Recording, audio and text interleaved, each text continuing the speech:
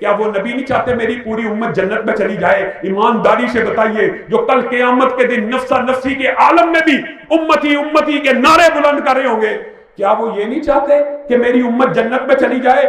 آپ کو کسی مولوی نے دھوکے میں ڈالا کہ رسول اللہ تو بتا کے نہ گئے، یا معاذ اللہ رسول اللہ نے کچھ عمل خفیہ کیے تھے، یہ رسول اللہ کے اوپر کتنا بڑا الزام ہے، کتنا بڑا بہتان ہے۔ کیا نبی اور پیغمبر اور رسول اس لیے آتے ہیں وہ کوئی عمل چھپا کے چلے جائیں، وہ کوئی عمل اپنی امت کو نہ بتائیں؟ وہ نیکی کا کوئی عمل ہو، چپکے چپکے اٹھے، آرام سے جائیں، عبادت کے سارے اعمال کر لے، امت میں کسی کو پتہ نہ چلے کہ امت میں سے لوگ جنت میں چلے نہ جائیں؟ یہ آپ کو کسی نے مغالطہ ڈالا ہوا ہے۔ رسول اللہ صلی اللہ علیہ وسلم نے صحابہ کو مخاطب ہو کے پوچھ لیا تھا، کیا میں نے دین پورا پہنچا دیا؟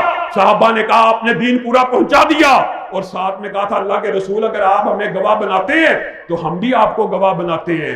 اگر آپ نے دین پورا پہنچا دیا تو رسول اللہ صلی اللہ علیہ وسلم آپ بھی گواہ رہنا، ہم نے بھی پورے کے پورے دین کے اوپر آپ کی موجودگی میں عمل کر کے دکھا دیا۔ دین وہی ہے جو رسول اللہ کی زندگی میں رسول اللہ نے کیا یا اس کے اوپر صحابہ نے عمل کیا۔ عمل صالح صرف وہ نیک عمل ہو سکتا ہے جس کے اوپر رسول اللہ کی مہر موجود ہو، اس کے علاوہ کسی پیر کا، کسی فقیہ کا، کسی مولوی کا بتایا ہوا عمل صالح نہیں بن سکتا۔ صحابی رسول آئے، خلاد بن رافع آئے، نماز کو ادا کرے، اچھے طریقے سے پڑھے، رسول اللہ کی بارگاہ میں آئے، رسول اللہ کے ارجع فصلی فإنک لم تصلی، لوٹ جا تو نے نماز کو نہیں پڑھا، پھر آئے، پھر کہا لوٹ جا تو نے نماز نہیں پڑھی، پھر آئے، پھر کہا تو نے نماز کو نہیں پڑھا۔ اگر نماز کے اوپر بھی رسول اللہ کی مہر موجود نہیں ہے، صحابی رسول بھی پڑھ رہا ہو، تو رسول اللہ کہہ رہے ہیں لوٹ جا لوٹ جا لوٹ جا، اپنی نماز کو دہرا، تیری نماز اللہ کی بارگاہ میں قبول نہیں ہے۔ یہاں پہ آپ کو ایک دعوت فکر دے کے بات کے اگلے نقطے کی طرف جاؤں گا۔ مولوی کہیں یہ عمل کر لو، کل کر لو، چلیسواں کر لو، چہلم کر لو، یہ کر لو، یہ عمل رسول اللہ تو بتا کے نہیں گئے، رسول اللہ معاذ اللہ کو چھپا کے معاذ اللہ ثم معاذ اللہ چلے گئے تھے، یا رسول اللہ کو نیکی کا کوئی کام رہ گیا تھا بتانا، یا رسول اللہ نے اپنی امت کو سکھایا نہیں تھا؟ اللہ کی قسم یہ کام گناہ کا تو ہو سکتا ہے، یہ باعث گرفت ہو سکتا ہے، یہ عمل صالح نہیں بن سکتا۔ شرک سے بچ جائیے، عمل سنت کے مطابق کر لیجئے۔ تیسری بات جو شرک ہی کے باب میں علماء نے بیان کی ہے، میرے بھائیوں یہ 5 باتیں اگر آپ اپنے پلے سے باندھ لیں گے انشاءاللہ عمل قلیل بھی ہوں گے، اللہ تعالیٰ ان کو بڑھاتا رہے گا، کل قیامت کے دن آپ کے اعمال کو قبول کیا جائے گا۔ لیکن اگر خدا نخواستہ ان 5 میں سے ایک بات بھی ہوئی، سارے کے سارے اعمال ضائع چلے جائیں گے۔ اللہ رب العزت ہمیں محفوظ فرمائے۔ تیسری بات جو شرک کی ضمن میں آتی ہے وہ کیا ہے؟ کل قیامت کے دن جہنم کا افتتاح، معاذ اللہ ثم معاذ اللہ۔ اگر جنت کی ابتدا مسلمان سے ہونی ہے، اس امت محمدیہ کے نوجوانوں سے ہونی ہے، اس امت محمدیہ کے انعامات پہ ہونی ہے، تو ڈرانے کی بات بھی ہے جہنم کا افتتاح بھی اسی امت محمدیہ کے 3 اشخاص کے اوپر سے ہونا ہے۔ وہ جنت، جہنم کا افتتاح، جہنم کا آغاز، جہنم کے عذاب کی ابتدا امت محمدیہ کے وہ کون سے 3 افراد ہوں گے؟ آپ سب نے حدیث سنی ہے، صرف اشارہ کرتا جاتا ہوں۔ ایک عالم ہوگا، قاری قرآن ہوگا، اس کو افتتاح ہو رہا ہے جہنم کا، سب سے پہلے عالم کو ڈالا جا رہا ہے، قاری قرآن کو ڈالا جا رہا ہے۔ کیوں ڈالا جا رہا ہے؟ وہ پوچھے گا اللہ تلاوت کرتا رہا، قرآن پڑھتا رہا، دین سکھاتا رہا، دین پڑھاتا رہا، ہر چیز کرتا رہا، آج یہ صلہ مل رہا، کذب تھا، جھوٹ بولتا ہے۔ علم حاصل کیا لوگ تجھے عالم کہیں، قرآن پڑھا لوگ تجھے قاری کہیں، دنیا میں تجھے ساری دنیا عالم مان گئی، ساری دنیا قاری مان گئی، تو جو چاہتا تھا تجھے مل گیا، میرے پاس جہنم کے علاوہ کچھ نہیں ہے۔ دوسرا جواد آئے گا، تیسرا شہید آئے گا۔ تینوں کو جہنم کا افتتاح ان 3 بدقسمت لوگوں سے کیا جائے گا۔ وجہ کیا؟ ان کے اعمال میں ریاکاری پائی جائے گی۔ اللہ رب العزت ہم سب کو ریاکاری سے محفوظ فرمائے۔ اجتماعی عبادات لوگوں کے سامنے ہی کرنی ہے، نماز باجماعت لوگوں کے ساتھ ہی پڑھنی ہے، لیکن کچھ عبادتیں اللہ کے سامنے تنہائی کے لیے بھی مختص کرو۔ اپنے گھروں کے اندر رات کے پہر میں اٹھ کر جس وقت بیوی بچے بھی سوئے ہوں 2 رکعت ادا کرو۔ اللہ کی قسم یہ 2 رکعت ایسی چیز ہے، رات کی تنہائی میں کوئی آدھا سپارہ، کوئی چند صفحے قرآن کے پڑھو گے، دل کے اندر سے ریاکاری، نفاق، کھوٹ ایسے دھل جائے گا، کیونکہ آپ کے ضمیر کو یہ پتا ہوگا اس وقت پوری کائنات کے اندر ایک رب ہے جو میرے 2 رکعتوں کو دیکھ رہا ہے، ایک رب ہے جو میرے سجدوں کو دیکھ رہا ہے، ایک رب ہے جو میری تلاوت کو دیکھ رہا ہے۔ تیسری بات، ریاکاری سے اپنے آپ کو محفوظ کر لو، یہ بڑا خطرناک باب ہے، کہنے والا بھی اور سب سننے والے کوئی اس سے مبرہ نہیں، اور ریاکاری دبے پاؤں آتی ہے۔ انسان خلوص نیت سے مسجد میں جاتا ہے، باجماعت نماز ادا کرنے کے لیے جاتا ہے، وہاں پہ کوئی بندہ اس کو ایسا مل جاتا ہے، نماز کو خوبصورت کرنا شروع کر دیتا ہے۔ میرے بھائیوں، اللہ کے لیے پڑھی ہے، اللہ کے لیے پڑھی ہے، اللہ کی مسجد میں آ کے پڑھی ہے، لیکن نیت یہ بن گئی فلاں دیکھ رہا ہے، نماز کو لمبا کر لوں، نماز کو لمبا کر لوں۔ صرف یہ بات سے بھی کئی مرتبہ عمل ضائع ہو جاتے ہیں۔ اس بات کے اندر بڑی احتیاط کی ضرورت ہے۔ یہ جو ہم نے عبادات کی ہیں، اللہ رب العزت ان کو ہمارے ساتھ مرتے دم تک رکھے، لیکن ان 5 چیزوں سے اجتناب کرنا ہی کرنا ہے۔ هل اتاك حدیث الغاشیہ وجوہ یومئذ خاشیہ عاملۃ ناصبہ عاملۃ ناصبہ عاملۃ ناصبہ۔ محدثین اور مفسرین نے کیا لکھا؟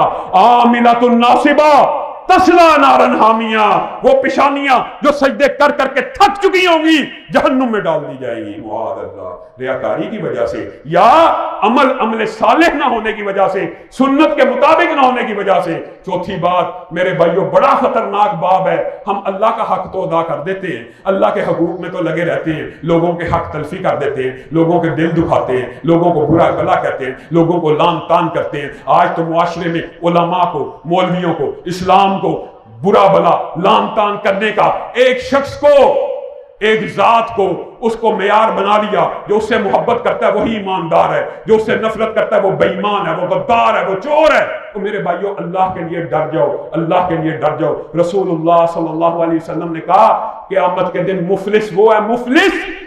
تم مفلس کس کو کہتے ہو؟ جس کے پاس پیسہ نہیں ہے، درہم اور دینار نہیں ہے۔ مفلس وہ ہوگا کل قیامت کے دن نیکیوں کے پہاڑ لے کے آیا، نیکیوں کے پہاڑ، یہ بھی نیکی، روزہ بھی ہے، حج بھی ہے، للہیت بھی ہے، قرآن کے پارے بھی ہیں، تلاوتیں بھی ہیں، ذکر بھی ہیں، لیکن کسی کو گالی دی ہے، کسی کے اوپر لعن طعن کی ہے، کسی کو برا بھلا کہے، کسی کو تھپڑ مارا ہے، کسی کا مال کھایا ہے، کسی کا قرضہ دینا ہے، کسی کی امانت میں خیانت کی ہے۔ یہ سارے کے سارے کیا ہیں؟ حقوق العباد ہے۔ مسلمانوں کے ایک دوسرے کے اوپر حق ہیں، خیانتیں ہیں، یہ ایک دوسرے کے خلاف غیبتیں ہیں۔ میری بہنیں بیٹیاں غور کریں، غیبتیں، رسول اللہ صلی اللہ علیہ وسلم نے فرمایا اس سے یہ نیکیوں کے پہاڑ لے کے جس کی غیبت کی ہے اس کو دے دیا، جس کو تھپڑ مارا اس کو دے دیا، جس کو گالی دی اس کو دے دیا، جس کا مال کھایا اس کو دے دیا، نیکیاں ختم، پہاڑوں جتنی نیکیاں ختم۔ لوگوں کے حق باقی ہیں، گناہگار ہیں، وہ بے ایمان ہیں بظاہر۔ اللہ اس بندے سے حق لینا ہے، اس کے بعد نیکی کوئی نہیں بچی۔ اللہ پھر یہ جو گناہ ہے، یہ جو چوری ہے، یہ جو موسیقی سنی ہے، یہ جو غلط کام کیا تھا بدلہ تو دے۔ یہ بے وقوف آدمی نہ چوری کی، نہ گانا سنا، نہ برائی کی، اس کے اوپر لوگوں کی چوریاں ڈل رہی ہیں، اس کے اوپر لوگوں کی موسیقیاں ڈل رہی ہیں، اس کے اوپر لوگوں کے غیر محرموں کے چہرے ڈل رہے ہیں۔ اس نے کیا بھی نہیں، اس کے اوپر ڈل رہے ہیں۔ کس وجہ سے؟ کیونکہ لوگوں کی حق تلفی کرتا رہا، لوگوں کی حق تلفی کرتا رہا۔ چوتھی بات یہ ہے، جو لوگوں کا خائن ہو، لوگوں کی امانتوں میں خیانت کرتا ہو، جو لوگوں کے حقوق کو پورا نہ کرتا ہو، کل قیامت کے دن اس کے بھی سارے اعمال برباد ہو جاتے ہیں۔ اللہ رب العزت ہم سب کو محفوظ کرتے ہیں۔ اور آخری بات جو اس باب میں بڑی اہم ہے اور جس کا آج سارے کا سارا معاشرہ شکار ہے، حضرت ثوبان کی حدیث ہے، اللہ کے لیے ڈر جاؤ، اللہ کے لیے میری بہنیں بیٹیاں، میرے نوجوان بیٹے، میرے بھائی، میرے بزرگ، اللہ کے لیے ان 4 باتوں کو اپنے پلے جو پہلے کہیں ہیں باندھ لے۔ شرک کبھی بھی ہلکا سا بھی اپنے عمل میں شامل نہیں کرنا، سارے اعمال کو برباد کر دیتا ہے۔ وہ عمل چاہے جتنے مرضی لمبے سجدے ہوں، جس کے اوپر مہر نبوت نہ ہو، ضائع برباد، ریاکاری سے ضائع برباد، لوگوں کی حق تلفی سے ضائع برباد۔ اور 5ویں بات وہ بڑی اہم ہے، حضرت ثوبان کی حدیث ہے کہ جو بندہ لوگوں کے سامنے تو حاجی ہو، نمازی ہو، مفہوم آپ کے سامنے رکھ رہا ہوں، نیک ہو، متقی ہو، نمازیں بھی پڑھتا ہو، میرے بھی کرتا ہو، لیکن جب اکیلا ہو، جب تنہا ہو، آپ نے کبھی غور کیا ہے؟ یقین کریں کئی مرتبہ اس حدیث کے اوپر غور کرتا ہوں تو لگتا ہے کہ آج ہی کے دور کے موبائل کے بارے میں، آج ہی کے دور میں فیس بک کے بارے میں، آج ہی کے دور کے یوٹیوب کے بارے میں، جب تنہا بیٹھتا ہے تو اللہ رب العزت کی ان حدوں کو پامال کر دیتا ہے جو اللہ رب العزت نے اس کے اوپر حرام کی ہیں۔ تنہائی میں ہاں فیس بک چل رہا ہے، غیر محرموں کے چہرے آ رہے ہیں، یوٹیوب چل رہا ہے، گندی تصویریں چل رہی ہیں، جب بھی موقع ملے، جب بھی تنہا ہو، لوگوں کے سامنے گناہ نہ کرے، لوگوں کے سامنے نیک ہے، ولی اللہ ہے، متقی ہے، لیکن رات کی تاریکی میں، اندھیروں میں اکیلا بیٹھا ہوا ہے، جب موقع ملے پرواہ نہ کرے غیر محرم کو دیکھ رہا ہے یا نہیں دیکھ رہا، پرواہ نہ کرے غیر محرم سے چیٹ ہو رہی ہے نہیں ہو رہی، میری بہنیں بیٹیاں بھی ڈر جائیں، میرے بھائی بیٹے بھی ڈر جائیں۔ کیا اتنی سی بات کے اوپر سارے گناہوں کو، ساری نیکیوں کو گناہوں میں تبدیل کرنا ہے؟ رسول اللہ صلی اللہ علیہ وسلم نے کہا کل قیامت کا دن ہوگا، ان لوگوں کی پہاڑ تہامہ کا نام بھی لے لیا، اتنا بڑے پہاڑ، اس باغ سے بڑے بڑے پہاڑ ہیں، ان سے بھی بڑی بلند و بالا نیکیاں کس کے لیے کی ہوں گی؟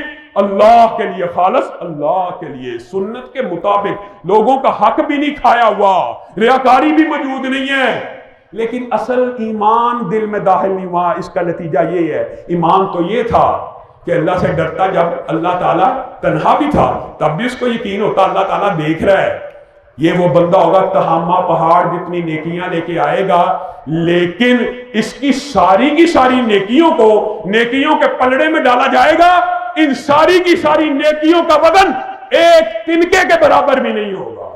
یہ وہ شخص ہوگا بدقسمت جس نے تنہائی کے اندر جب موقع ملا اللہ کی حرام کردہ اشیاء کو حلال جان کے استعمال کر دیا۔ اللہ رب العزت ان 5 چیزوں کو سمجھنے کی اور ان کے مطابق اپنی زندگی گزارنے کی اور ان چیزوں سے اجتناب کر کے بقیہ ساری زندگی گزارنے کی توفیق عنایت فرمائے۔